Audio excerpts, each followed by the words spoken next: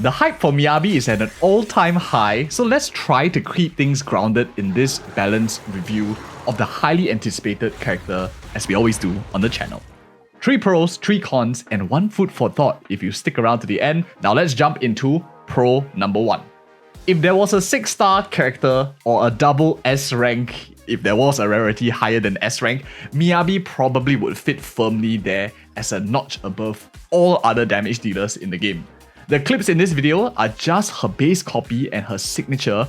Without any doubt in my mind, she is the best in class damage dealer by miles. She has close to the amount of movement speed as Ellen, Jane Doe's light dodge adrenaline for you, and Zhu Yuan's burst style to do heavy damage in a short window of time if you wanted to, and probably all their damage put together. Okay, I'm just joking on the last part, but the clips don't exaggerate, so I'll let them do the talking as we go through the rest of this video. One of the biggest things we need right now is really a damage dealer with not only good damage, but also great AoE, and at the same time also some sort of crowd control. Miyabi has all of them. That is crazy good from the rest of the pack. The hardest part about this review, honestly, is trying to balance it out with cons that match up to her pros, but I'll try, and let's match that with con number 1. In my opinion, her biggest con about Miyabi. It lies not with her abilities, but really that the W engine roster we currently have for Anomaly is very limiting. She wants crit rate substats since she converts it over to Anomaly Mastery 1:1, which is crazy. Unfortunately, of course, not many Anomaly gear currently has crit rate. If you look at the W engine, it's probably next to none. And at the same time, she also wants crit damage to bump up her damage even more since she has very high crit rate. Meaning, very niche conditions, only currently her signature W engine offers it. Even if we get more in future, it's a very niche comp for an Anomaly W engine. A huge tip that I have for any of you who are struggling in this aspect, maybe not in signature engine pullers, is to look for attack W engines. For example, like Neko Mata's signature, which is a standard W engine. Ellen's signature, for those of you who have Ellen's signature and want to rotate it around with your characters, in the short term is pretty good. Or even if you purchase the Battle Pass, Cannon Rotor is also a good one for crit rate. Unfortunately, it just costs $10 for whatever it's worth.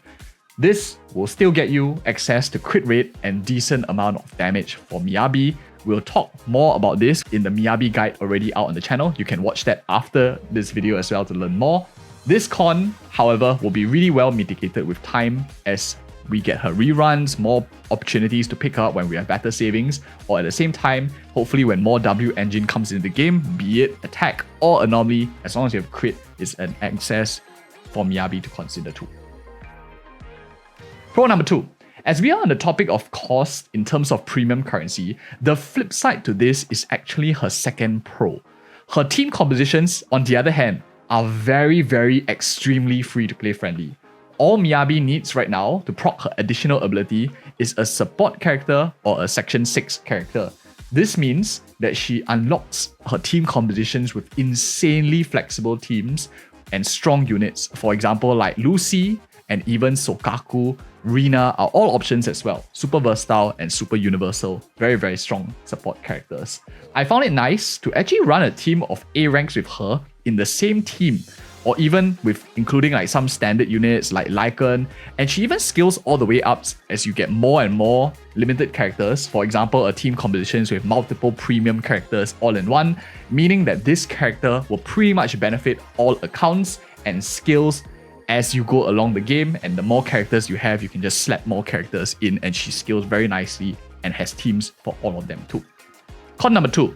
But the thing that honestly scares me is this second con, which is maybe more of my long-term mindset playing devil's advocate here.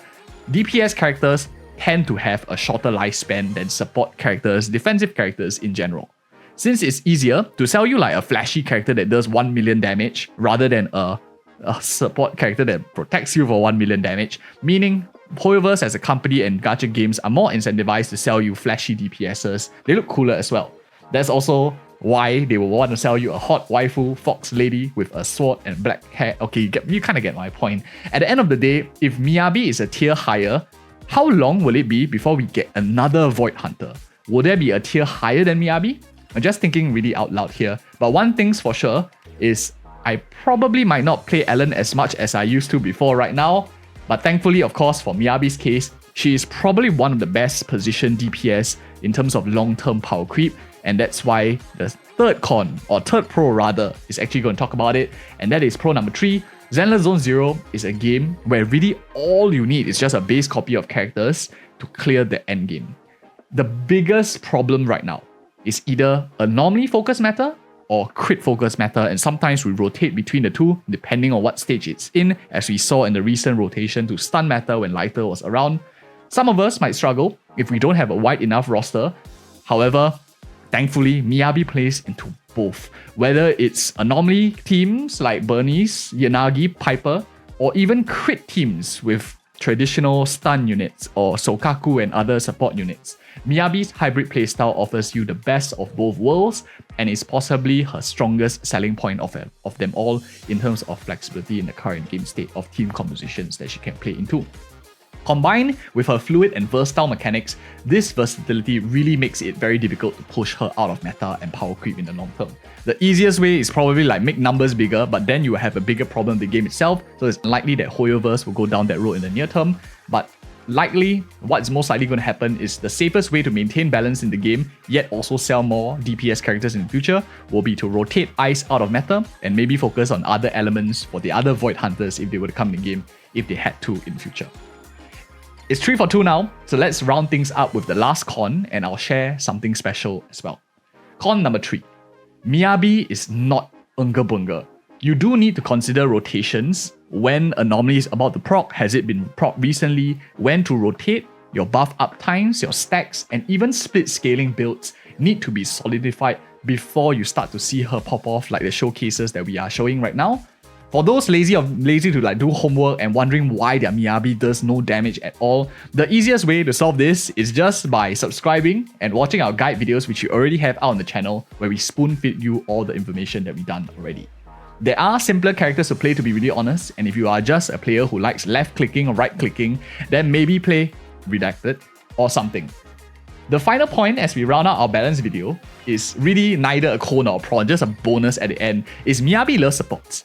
And till today, we do not have an S-rank limited support unit, but you can bet that the day that we do, if the support benefits her a little bit more, she will get another spike up in value, and that is probably a near-term upside for Miyabi, but it's still a bit of hopium. All in all, I will rate Miyabi a very cool 9.5 out of 10, a DPS in her own class, only held back because I don't give 10s unless they give her free at like Internaut level 42 or something. Some would say this is a must-pull rating, which I would pretty much say is a safe statement. And if you appreciate more of such reviews, we do this every single patch. And meanwhile, check out these Miyabi videos where I spoon feed you all the boring homework so you can start to play her well right away.